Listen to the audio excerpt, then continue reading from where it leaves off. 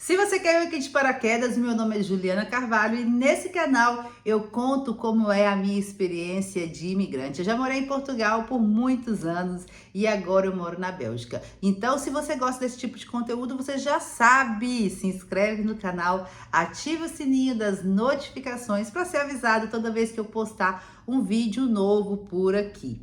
E se você não conhece meu trabalho, eu também vou te falar para poder você me seguir lá no Instagram. Lá eu mostro o meu dia a dia, mostro bastante coisas, como que é a minha rotina como mãe, como empreendedora digital, como dona de uma agência de viagens, tá? Já segue Juliana Carvalho Oficial.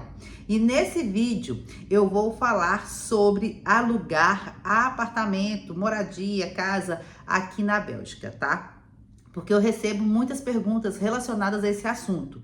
E eu tenho que te falar que sim, esse é um dos maiores obstáculos quando a gente chega aqui na Bélgica. Quando eu vim para a Bélgica, eu fui morar num quarto, tá? Isso acontece muito. Por quê? Porque quando você precisa alugar uma casa, quando você quer alugar uma casa, né? O meio normal, o meio certo de se alugar uma casa, eles vão te pedir, por exemplo, 3 recibos de salário, 3 recibos de vencimento. Ou seja, se você acabou de chegar, como é que você vai ter esses recibos de vencimento? Ah, Ju, mas eu tô vindo de Portugal, eu tenho os meus recibos de vencimento de Portugal? Não, meu amor, muito provavelmente não vai valer aqui. Ah, Ju, mas eu tenho dinheiro na minha conta, eu tenho condições de pagar, de alugar o apartamento? Também não vai adiantar, tá? Eu costumo falar que aqui na Bélgica, o dono da casa é que escolhe para quem ele vai alugar. E não você que quer alugar, que vai escolher a casa. Quando eu tava em busca, sabe, de casa, de apartamento para alugar, gente, eu marcava, né, os rendezvous e o que acontece? A gente chegava lá, tinha assim, 20 pessoas, 30 pessoas, já teve uma casa que tinha umas 50 pessoas na porta, eu falei, que é isso? Tá dando alguma coisa de graça? Por quê? Porque eles marcam, né, as visitas naquele horário com várias pessoas. E aí eles já têm um perfil que eles querem alugar. Então, por exemplo, a gente foi dispensado porque a gente tinha filho, a gente foi dispensado porque só um trabalhava na altura, a gente foi dispensado porque a gente tinha gato. Então eles vão eliminando as pessoas, né, para poder ficar com aquele perfil que eles desejam. Ah, eu quero alugar para um casal sem filho, eu quero alugar para um casal com um filho, eu quero alugar para um casal no máximo 2 filhos. Entendeu? Então, assim, é um obstáculo que a gente enfrenta. E como tem esse obstáculo, o que acontece é que muitas pessoas aproveitam, né, dessa necessidade, digamos assim. Por quê? Porque você vai ver muitos golpes em relação a aluguel de apartamento, de casa. Ó, é horrível, tá? Então, o que que acontece quando a pessoa quer vir morar na Bélgica e ela não tem, assim, né, um lugar para poder ficar, a casa da família, alguma coisa assim do gênero? Primeira coisa, vai ser alugar um quarto ou um Airbnb, se você tem condições, entendeu? No meu caso, eu não tinha condições de alugar um Airbnb, então a gente foi morar num quarto, era um quarto pequeno, né? Então morava eu, meu marido e meus 2 filhos, né? Ficávamos lá. A gente tinha acesso à casa toda, porque foi de uma pessoa amiga, e que eu sou muito grata por ela ter alugado, porque não é normal as pessoas, não é habitual as pessoas alugarem um quarto para 4 pessoas, que no caso seria um casal com 2 filhos, tá? E a gente conseguiu. Depois, a gente estava em busca, procurou bastante isso e aquilo. Teve uma situação que uma pessoa até tentou dar um golpe na gente, tá? Porque queria que meu marido alugasse um apartamento, queria que meu marido desse o calção, porque aqui na Bélgica você tem que dar o calção, que é a garantia, né? Tem que dar 2 garantias mais o aluguel. Ou seja, se o apartamento custa 1.000 euros, você tem que pagar 3.000 euros só para poder entrar, tá? E tem lugares que pedem até mais do que 2 calções, do que 2 garantias. E essa pessoa queria porque queria. E eu falei pro meu marido, não sei por que, gente. Eu falei que não. Olha, pois, meu filho, depois apareceu nos grupos que a mulher tava dando golpe no monte de gente. Ela pegou o dinheiro de um monte de gente, tá? E não existia apartamento nenhum, porque ela não era dona do apartamento. Acontece muito isso. A pessoa quer alugar um apartamento que nem é dele, é um apartamento fantasma. Então, se você não estiver atenta a esses pequenos detalhes, você cai no golpe. Você perde o seu rico dinheirinho, meu amor. E depois você fica aí na rua a ver navios. Eu já vi várias histórias, gente, várias histórias. Teve uma vez, eu participo de um grupo, e nesse grupo uma pessoa estava reclamando que veio do Brasil com promessas disso, daquilo, que ia ter emprego garantido. Veio o marido, né? Veio o casal com os filhos, chegou aqui, a pessoa colocou elas dentro de uma cave. Você sabe o que é uma cave? É tipo o subsolo, sabe? Imagina que na Bélgica, frio, nenhuma casa, gente, é habitável se não tiver a sofagem, que é o aquecimento. Então imagina numa cave que não é preparada para a pessoa morar. Era uma coisa horrorosa, os vídeos eram horrorosos, a pessoa estava ali, ó, passando dificuldade, estava sendo ameaçada. Então, ou seja, tem que se evitar isso, tá? Tem que se evitar. E no meu caso, a gente foi para um quarto, depois a gente conseguiu subalugar uma casa, um apartamento, que era de uma brasileira, que ela queria passar esse apartamento, então ela subalugou pra gente, tá? E que foi muito bom, por quê? Porque senão a gente também não teria encontrado tão cedo um apartamento para morar. E pronto, a gente deu sorte que essa brasileira não deu golpe na gente, tá? Porque o que a gente vê por aí, se você estiver duvidando do que eu tô falando, é só você procurar nos grupos do Facebook que você vai ver casos que você vai ficar assim chocados. Aqui, meu amor, o seguro morreu de velho. É um olho assim, ó, e o outro assim, que senão você cai nos golpes. E aí a gente ficou nessa casa que essa brasileira passou pra gente, depois ela conversou com a proprietária e falou e tal, falou até que a gente era primo dela, e a gente foi e ficou com esse apartamento durante um tempo, tá? E depois a gente teve que sair, mas beleza. Quando a gente teve que sair, que foi até uns problemas que aconteceu, depois eu conto em outro vídeo, em outra oportunidade, a gente também ficou assim, meu Deus, e agora? Pra onde que eu vou com esses meninos? Pra onde que eu vou? E aí, eu também consegui uma cave. Era uma cave. Era um apartamento no subsolo também. Só que pronto, era mais arrumadinha. Não era igual aquela do vídeo da menina, não. E também sou muito grata à pessoa que me alugou, né? Porque eu tava desesperada, não tinha pra onde ir com os meus filhos. Quando eu fui na visita, cheguei lá, tinha um monte de gente. Eu falei, não, meu amor, essa casa vai ser minha. Eu cheguei nela, era um belga com uma brasileira. E eu falei com ela assim, aqui, deixa eu te falar, pelo amor de Deus, eu tenho 2 filhos. Eu não tenho lugar pra ir. Me aluga esse apartamento, por favor. Ela olhou pra mim e falou assim, olha, é pequeno, é cave, vai ser muito apertado pra vocês. Eu falei assim, eu sei, mas é melhor do que nada. É melhor do que nada. E aí, meu filho, a mulher gostou de mim e alugou a casa pra gente, o apartamento pra gente. Era um apartamento baratinho, era uma cave, fazia muito frio, era úmida, mas tinha aquecimento, entendeu? E pronto, lá a gente ficou por em torno de uns 4, 5 meses, né? E eu já tava desesperada. Por quê? Porque eu falei com meu marido, ó, que aqui o ano letivo, ele começa, né, em setembro. Né, finalzinho de agosto, começo de setembro. E nisso a gente foi pra Lara no começo do ano. Eu falei com meu marido, ó, se a gente não encontrar outro lugar pra gente poder ficar, eu vou embora com os meninos, eu vou voltar pra Portugal. Por quê? Porque eu ficava pensando na minha casa de Portugal, que era linda, maravilhosa, sabe? Do jeito que eu quis. A gente comprou o piso maravilhoso e não sei o que. Eu falei assim, sabe? Não, eu não preciso estar aqui passando por dificuldade, passando por perrengue, numa casa pequena, extremamente pequena, numa cave com meus filhos. Eu vou voltar. E coloquei pro meu marido, você tem até dia 31, né, de agosto, eu nem sei se é 30 ou 31, você tem até final de agosto, porque se não arrumar um lugar pra gente ficar, eu vou voltar pra Portugal. E aí, gente, a gente foi procurando, ia de imobiliária, marcava, porque nisso a gente já tinha recebido vencimento, documentação belga, tinha tudo, mas cada hora a gente era dispensado por um motivo. Porque tinha um gato, porque tinha 2 filhos, ai meu Deus do céu, sabe? Era uma loucura, uma loucura. E aí, do nada, apareceu um anúncio na Imoeb, que é um site aqui na Bélgica, falando, né, de um apartamento, com jardim. Porque, ó, eu fiz uma coisa, tá? Não sei se você acredita, poder da atração. Quadro dos sonhos. Eu coloquei lá que eu queria um apartamento, só que eu pedi errado. Pedi 2 quartos, tinha que ser 3, mas eu coloquei lá 2 quartos. Pra quem não tinha nenhum, né, gente? 2 quartos. A casa toda branquinha, né? Eu amo piso preto. E coloquei também que tinha que ter jardim. E todo mundo falava que seria impossível uma casa com jardim aqui, mesmo assim, perto de tudo em Bruxelas.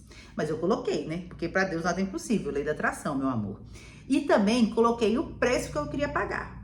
Coloquei o preço. Aí apareceu uma casa do jeitinho que a gente queria.